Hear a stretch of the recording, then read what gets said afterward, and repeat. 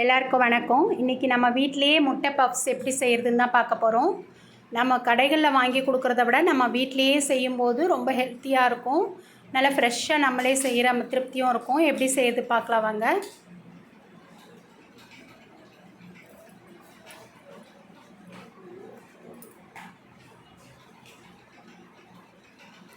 First நான் ஒரு cup அளவுக்கு மைதா மாவு எடுத்திருக்கேன். உப்பு ஒரு ஸ்பூன் போட்டுக்கலாம். நான் போட்டிருக்கிறது ரொம்ப ஸ்மால் ஸ்பூன் தான்.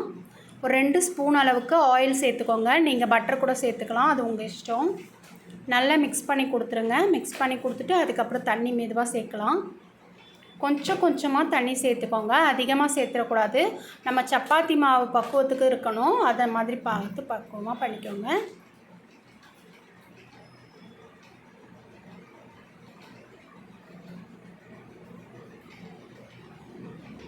நம்ம குறைஞ்ச குவான்டிட்டியில் செய்கிறதுனால தண்ணியை கொஞ்சம் பார்த்து ஊற்றுங்க. இப்போ பாருங்கள், நல்லா பிசைஞ்சு எடுத்துட்டோம் பாருங்கள். நல்லா கைவிடாமல் ஒரு 5 நிமிஷம் பிசைஞ்சுக்கோங்க.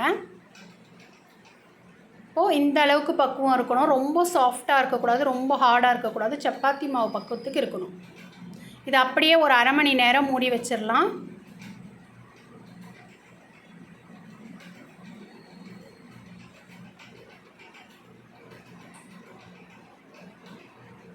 இப்போ மேலே எண்ணெயை அப்ளை பண்ணிவிட்டு அப்படியே ஒரு அரை மணி நேரம் மூடி வச்சுருங்க.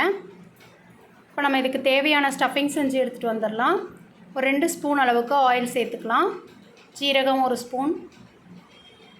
ஜீரகம் பொரிஞ்சு வரட்டும்.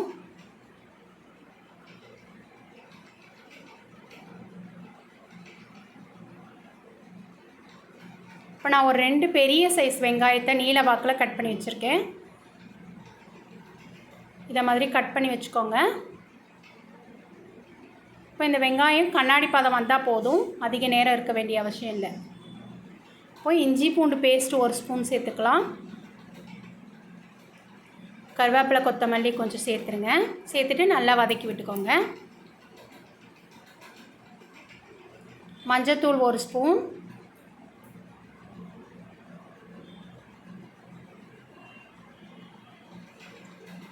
தனி மிளகாய் தூள் 1 ஸ்பூன் சேர்த்துக்கோங்க.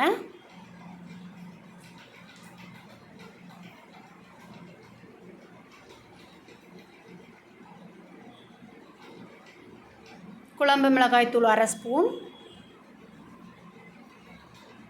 கரம் மசாலா 1 ஸ்பூன் சேர்த்துக்கோங்க.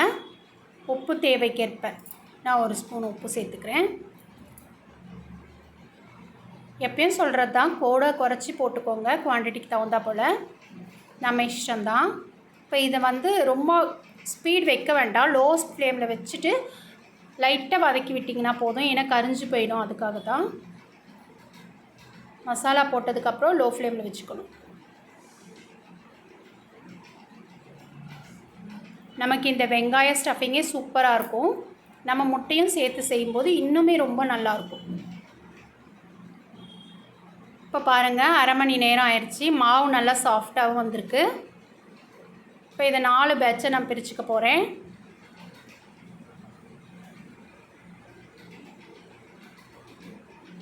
கடைகளில் கிடைக்கிற மாதிரி பப்ஸ் செய்யணுன்னா அதுக்கு பெரிய ப்ராசஸ் இருக்குது. ஃப்ரிட்ஜில் ஒரு 4 முறை எடுத்து செய்யணும். அதுக்கு டைமிங் அதிகமாகும். நம்ம இந்த மாதிரி செய்கிறது ரொம்ப ஈஸியான மெத்தடில் செஞ்சிடலாம்.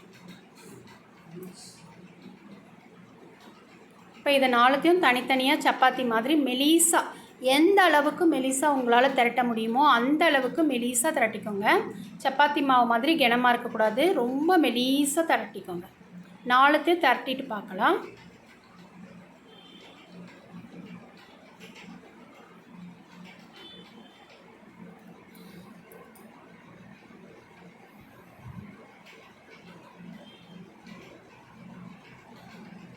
எந்த அளவுக்கு முடியுமோ அந்த அளவுக்கு ஃபுல்லாக மெலிசாக திரட்டிக்கோங்க.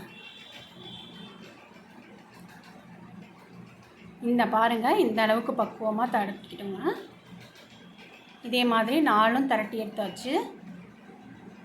இப்போ நம்ம ஃபஸ்ட்டு ஒரு இது வச்சுட்டு அதில் மேலே எண்ணெய் 2 ஸ்பூன், இல்லை பட்டர் கூட நீங்கள் தடவிக்கலாம். மேலே மாவு தூவி விட்டுருங்க. மைதா மாவு தூவிட்டு நல்லா அப்ளை பண்ணிடுங்க. அதுக்கு மேலே இன்னொரு பார்ட் வைங்க. அதுக்கு மேலே திருப்பியும் எண்ணெயோ இல்லை வெண்ணெயோ தடவிக்கோங்க. நல்லா ஃபுல்லாக தேய்ச்சி விட்டுட்டு திரும்பவும் மாவு ஃபுல்லாக தேய்ச்சி விட்டுருங்க. திரும்பவும் இன்னொரு சப்பாத்தி மேலே அடிக்கிறீங்க. அதே மாதிரி 4த்தையும் சேர்த்து வச்சிடணும். திரும்பவும் நம்ம எண்ணெயும் வெண்ணெயும் தடவிக்கலாம். மாவு போட்டுக்கலாம். லாஸ்ட் பேட்ச் ஒன்று எடுத்து வச்சிடலாம். இப்போ நம்ம எந்த அளவுக்கு முடியுமோ அந்த அளவுக்கு நல்லா மெலிசாக திரட்டிக்கோங்க.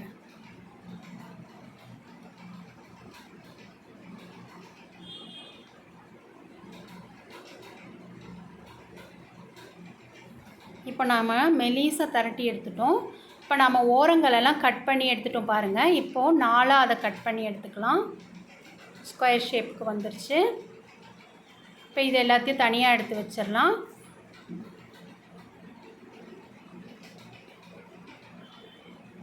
இன்னும் கூட கொஞ்சம் லைட்டாக நம்ம திரட்டி எடுத்துக்கோங்க. ரொம்ப திரட்ட வேண்டாம், லைட்டாக திரட்டினா போதும்.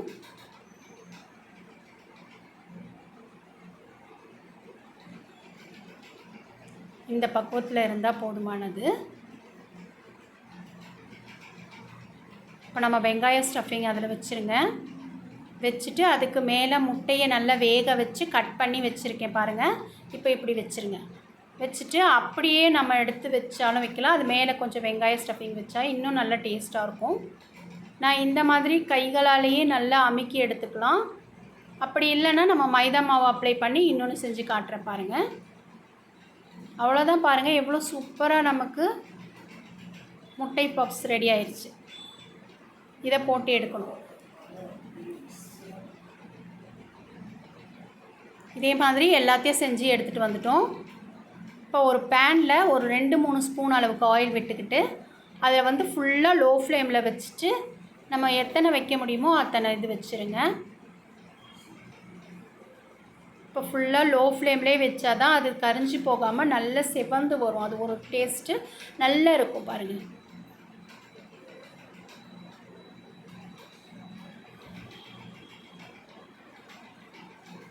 இப்போ நம்ம மெதுவாக திரும்பி விட்டுடலாம். பாருங்கள், சூப்பராக நமக்கு நல்ல ஒரு கோல்டன் ப்ரௌன் கலரில் கிடச்சிருக்கு. கருகி போகலை, வேகாமல் இல்லை, அந்தளவுக்கு சூப்பராக கிடச்சிருக்கு பாருங்கள். இதையும் நம்ம மெதுவாக திருப்பி விட்டுருங்க. அதே மாதிரி லோ ஃப்ளேம்லேயே வச்சு செஞ்சால் தான் நமக்கு உள்ளேயும் வெந்து வரும், வெளியவும் நல்ல முறுமுறுவாக சாஃப்டாக நமக்கு கிடைக்கும்.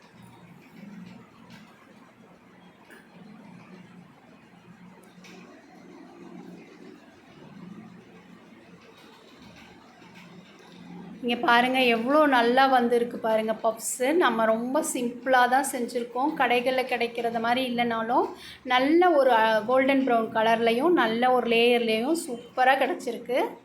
ஈஸியான மெத்தடில் நம்ம குழந்தைங்க கேட்ட உடனே நம்மளால் செஞ்சு தர முடியும்.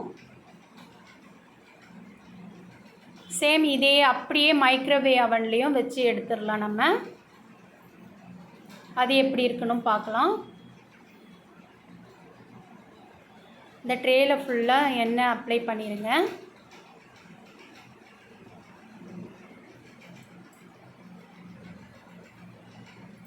எனக்கு 1 கப் அளவு மாவுக்கு 8 வந்துச்சு பாருங்கள். 8 பப்ஸ் வந்துச்சு. இப்போ மேலேயும் ஆயில் அப்ளை பண்ணிடுங்க.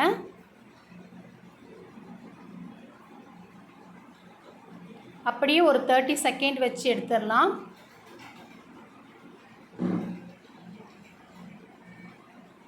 180 டிகிரி செல்சியஸ் ஹீட்டில் ஒரு 30 மினிட்ஸ் வச்சு எடுத்துகிட்டு வந்துடலாம்.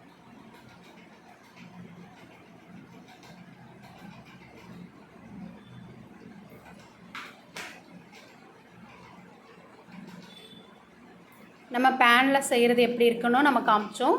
இப்போ அவனில் செய்கிறது எப்படி இருக்கணும் பாருங்கள்.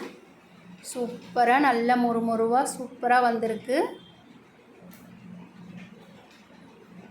அவ்வளோதான்.